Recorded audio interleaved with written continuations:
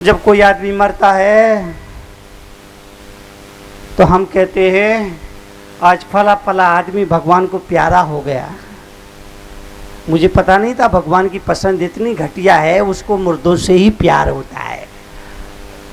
जब कोई आदमी मर जाता है हम कहते हैं आज फला फला आदमी भगवान को प्यारा हो गया। हम कहते हैं आज फला फला आदमी शांत हो गया, मतलब हमने कसम खाई है जब तक जिएंगे तब तक शांत नहीं रहेंगे, जब तक जिएंगे जब तक शांत। और अगर आपसे कोई पूछ ले भाई साहब आप कब शांत हो रहे हो, फिर देखना नजारा, वो कहेगा मैं होऊंगा जब होऊंगा, तुझे तो अभी निपटाता हूं। अरे मरने के बाद शांत हुए तो क्या हुए?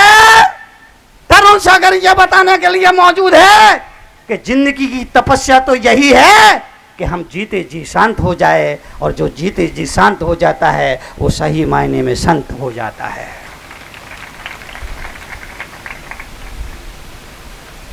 जीते जी शांत होना यह जीवन की तपस्या है। यह तपस्या हम कहीं भी कर सकते हैं, इसके लिए जंगल में जाने की जरूरत नहीं है, घर छोड़ करके जाने की जरूरत नहीं है। तरुण सागर जैसे लोगों के प्रवचन सुनने का मतलब यह नहीं होता है घर परिवार छोड़ के उनके संग में आ जाओ। अगर इतने सारे लोग मेरे साथ हो जाएंगे तो मुझे पंडित जी बुलाएगा कौन? ये भीलवाड़ा के लोग आए हैं, मुझे निमंत्रण देंगे कि आप हमारे गांव आइए? कोई नहीं बुलाएगा। इसलिए मैं आपसे निवेदन करना चाहता हूं, अपने को बदलो, मन को बदलो, बोल को बदलो, चाल को बदलो, नजरिया को बदलो, दृष्टिकोण को बदलो।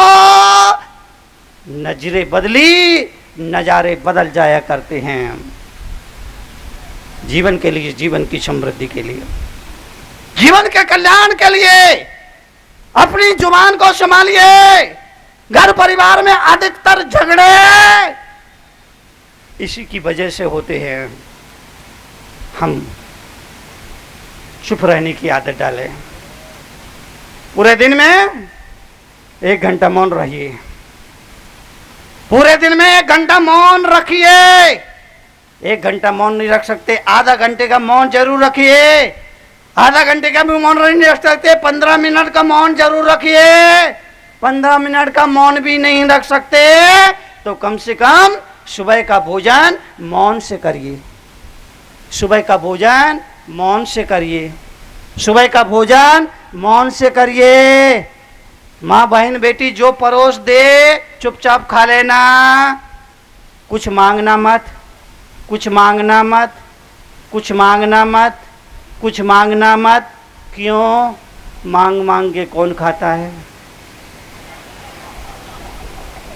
बोलो, मांग मांग के कौन खाता है? भिखारी। आप भिखारी थोड़ी ना है, आप तो अपने घर के मालिक है। इसलिए कम से कम 1 बार का भोजन मौन से करिए। माँ बहन बेटी जो परोस दे चुपचाप खा लेना। नमक कम हो तो चिल्लाना मत, चीखना मत, उठ करके थाली फेंकना मत। क्यों? बहुत सारे लोग ऐसे होते हैं भोजन करने बैठे, भोजन में नमक नहीं, आग बबूला हो जाते हैं, बगैर खाए फड़फड़ाते हुए घर से निकल जाते हैं। निकल गए। अब पत्नी के मन में वही बात, नमक नहीं था, नमक नहीं था, नमक नहीं था, नमक नहीं था। दिन भर वही बात कुड़ती रही, नमक नहीं था, नमक नहीं था, नमक नहीं था। शाम को भोजन बनाने के लिए बैठी, भोजन में नमक डाल दिया, लेकिन बाद में ध्यान आया नमक डाला कि नहीं डाला, डाला कि नहीं डाला, डाला कि नहीं डाला। कहीं ऐसा ना हो कि शाम के समय के भोजन में भी नमक ना हो। एक बार फिर उठा के सुबह का भी गया। और कभी भोजन में नमक ना हो, समझना आज एकादशी है। कभी भोजन में नमक ना हो, भोजन ऊंच नीच हो जाए, समझ लेना चतुर्दशी है। एकादशी का व्रत है, चतुर्दशी का व्रत है। चुपचाप खा लेना, मुस्कुराते हुए घर से काम पर निकल जाना। पत्नी जब भोजन करने के लिए बैठेगी और पहला निवाला उसके मुख में जाएगा तो भोजन तो बाद में करेगी, सबसे पहले तुमको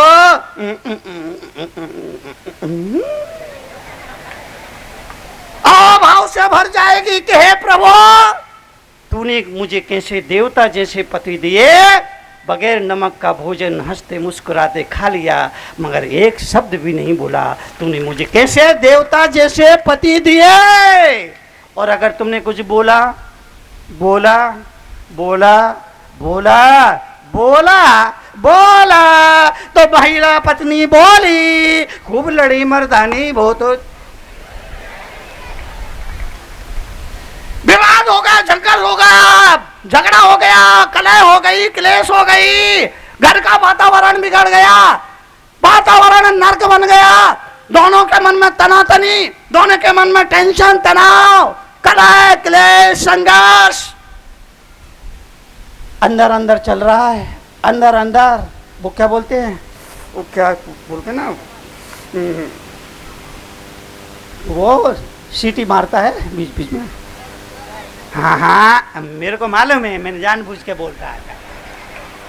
कुकर, अब बीच बीच में सीटी बजेगी, कुकर बीच बीच में सीटी बजेगी। आज का आदमी थर्मस की तरह हो गया है, थर्मस अंदर से गरम, भीतर से गरम, बाहर से ठंडा।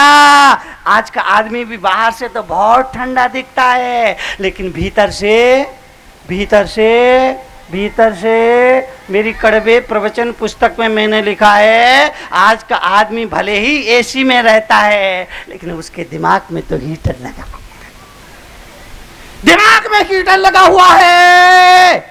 एसी में रहने के बाद भी आदमी के दिमाग में हीटर लगा। और ये बड़े बड़े लोगों की तो बात छोड़ो, ये छोटे छोटे बच्चे ये भी अपनी मम्मी से कहते हैं, मम्मी मुझसे बात मत करो, मेरा मूड ठीक नहीं है। रात सपने में बापू आए, बोले तरुण सागर क्या हो रहा है?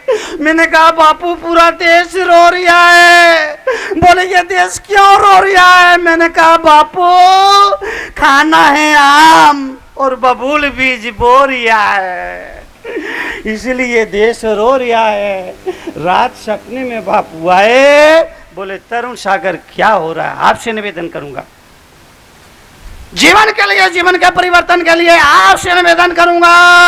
दुख आएगा, दुख आएगा, दुख आएगा, कष्ट आएंगे, कष्ट आएंगे, जिंदगी में मुसीबतें आएंगी, मुसीबतें आएंगी, तकलीफें आएंगी, तकलीफें आएंगी, चिंताएं आएंगी, परेशानियां आएंगी। तरुण सागर जैसे संतों के प्रवचन सुनने के बाद ऐसा नहीं होगा कि जिंदगी में कोई दुख तकलीफ कष्ट ना आए, आएंगी। हिम्मत रखो, हिम्मत रखो, हिम्मत रखो, हिम्मत रखो, हिम्मत ही काम आएगी। जिंदगी में कभी कोई दुख आए किसी को बताना मत, क्योंकि सामने वाला डॉक्टर नहीं है जो तुम्हारे जख्म का इलाज कर दे। ये दुनिया बड़ी जालिम है, रो रो करके तुम्हारे दुख पूछेगी और फिर हंस हंस करके दुनिया को बताएगी। इसलिए दुनिया वालों को अपने दुख मत बताओ, जिंदगी में कोई कष्ट है, तरीका, परेशानियां दुनिया को मत बताओ।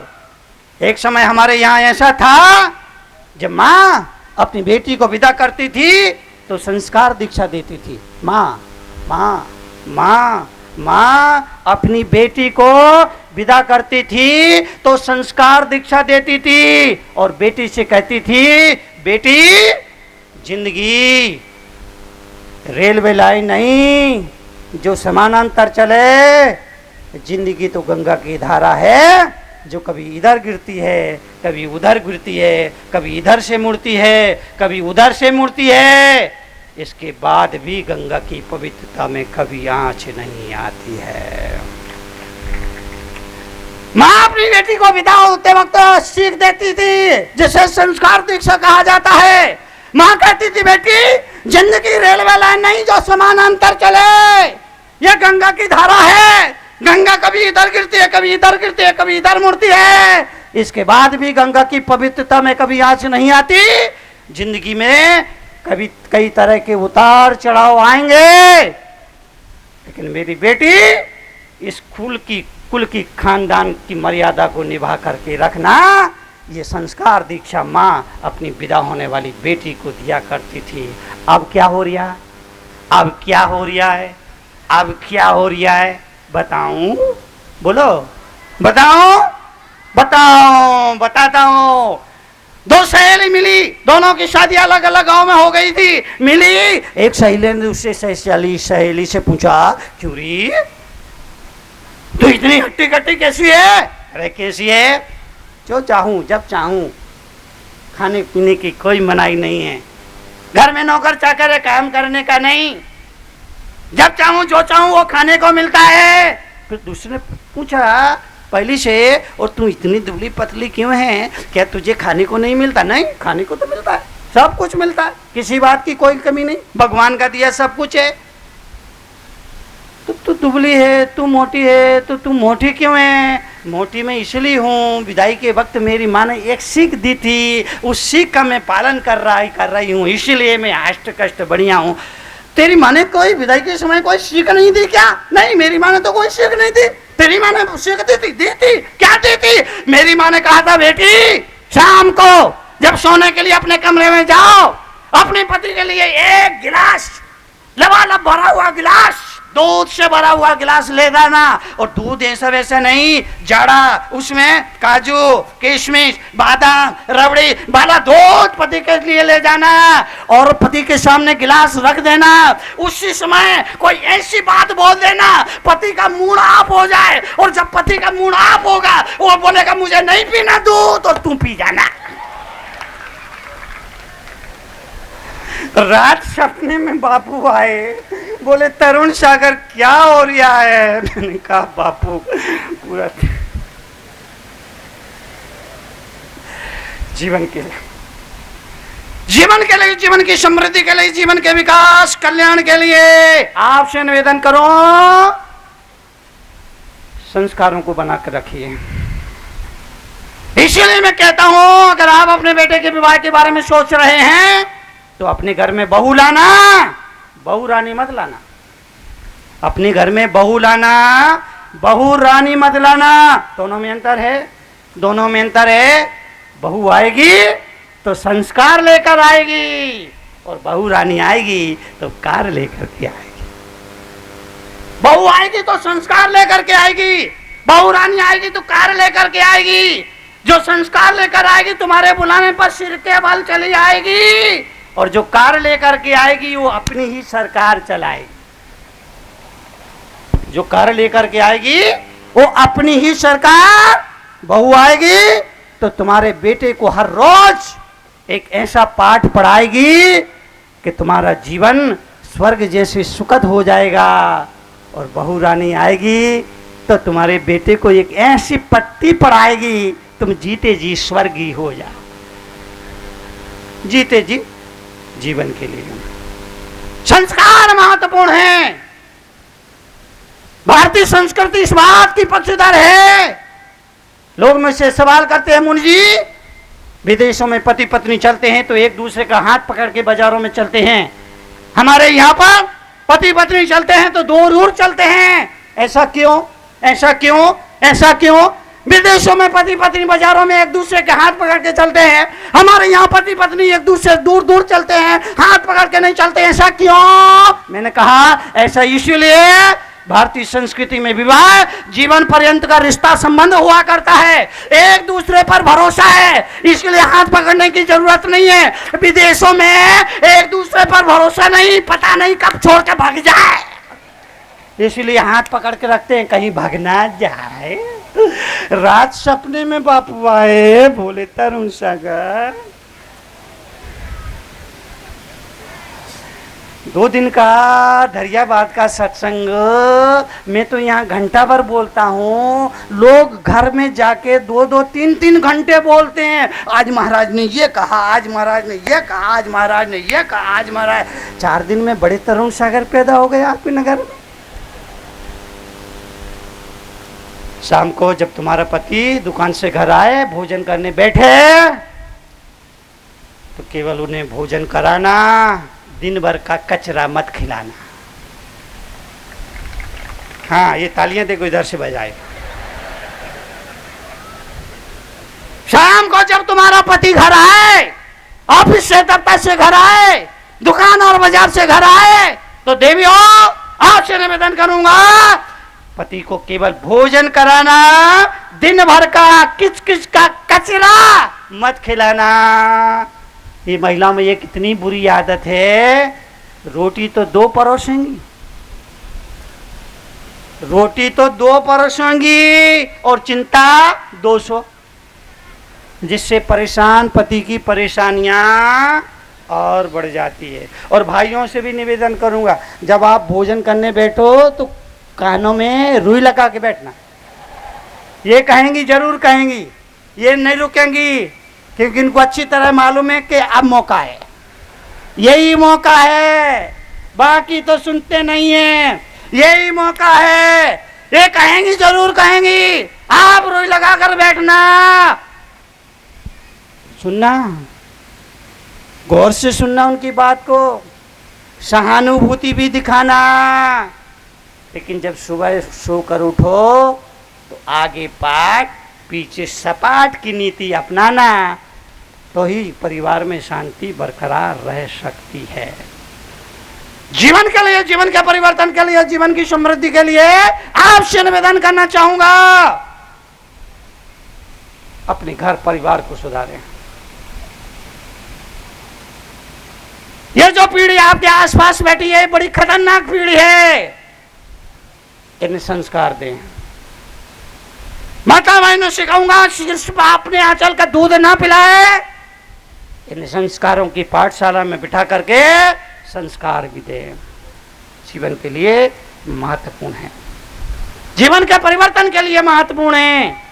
कभी दुख आए, कभी दुख आए, जिंदगी में कभी कष्ट आए, उसे दुनिया को मत बताना, घर के दीवार की तरफ चेहरा करके आंसू बहा लेना, कोई बात नहीं है। घर के सामने आंगन में जो पौधा है उसे अपने दुख बोल देना, घर में जो गाय है उसे दुख बोल देना, पर दुनिया को मत बताना। हिम्मत रखना, हिम्मत से ही काम आएगा, हिम्मत ही काम आएगा। संकट के समय, कष्ट के समय हिम्मत ही आएगा।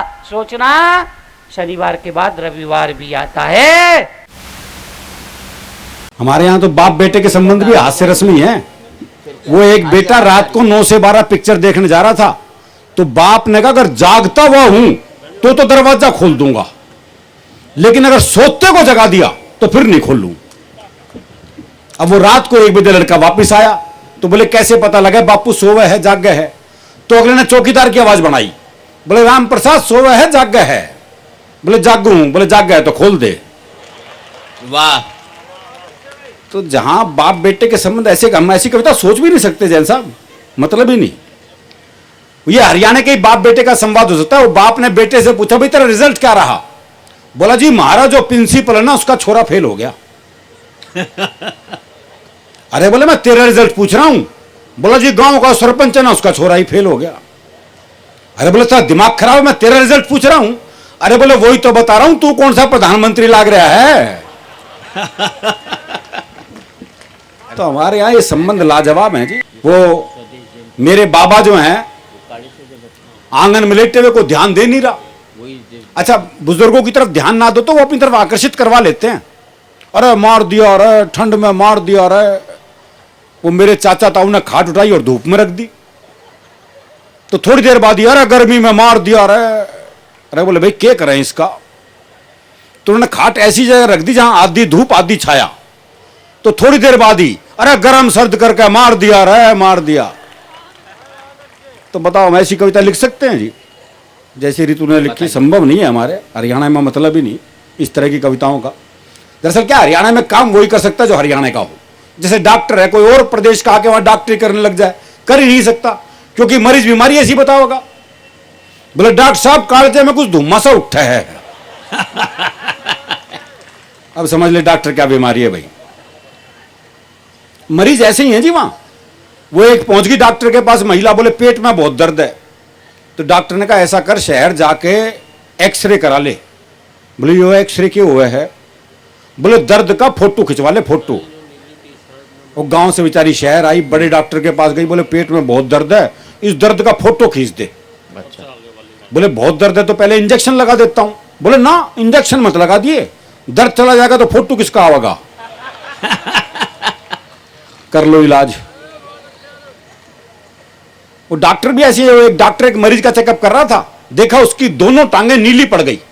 बोले हो जहर चढ़ रहा है भाई, टांगे काटनी पड़ेंगी। दोनों टांगे काटी गई साहब, नकली टांग लगवाई गई। देखा कुछ नहीं, वहां नकली टांग भी नीली पड़ गई। बोले ओहो तुम्हारी तो जीन्स ही रंग छोड़ती है। वाह भाई वाह।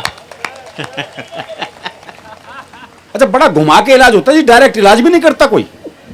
वो एक के बहुत खांसी थी, डॉक्टर के पास गया, डॉक्टर ने जुलाब की गोली दे दी। बाद में कंपाउंडर ने कहा बोले ये क्या कहे जी, उसकी तो खांसी थी, आपने जुलाब की गोली दे दी। बोले कुछ नहीं साला, खांसने से पहले 100 बार सोचेगा। ये इलाज हमारे यहां ही संभव है। वो एक भाई का मुकदमा चल रहा था, तो भाई ने अपना वकील नहीं किया, बोले अपनी वकालत खुद ही करूंगा। अब बोला जज साहब हमारे बीच में झगड़ा हो गया कसूता। अब जज की कुछ समझ में नहीं आया। बोले भाई तुम क्या कह रहे हो, मेरी समझ में नहीं आ रहा, तुम अपने लिए कोई वकील कर लो। है बोले समझ में तेरे नहीं आ रहा और वकील मैं कर लूं। वाह भाई वाह। तो हमारे यहां काम वही कर सकता है जो वहीं का हो जी। वो एक जज का ट्रांसफर हो गया हरियाणा में, तो उसी दिन प्रॉपर्टी का मुकदमा चल रहा था, तो वकील बोला जी इसे प्रॉपर्टी मिल ही नहीं सकती, ये तो गैलड़ है। अब जज की कुछ समझ में नहीं आया। बोले भाई गैलड़ क्या होता है।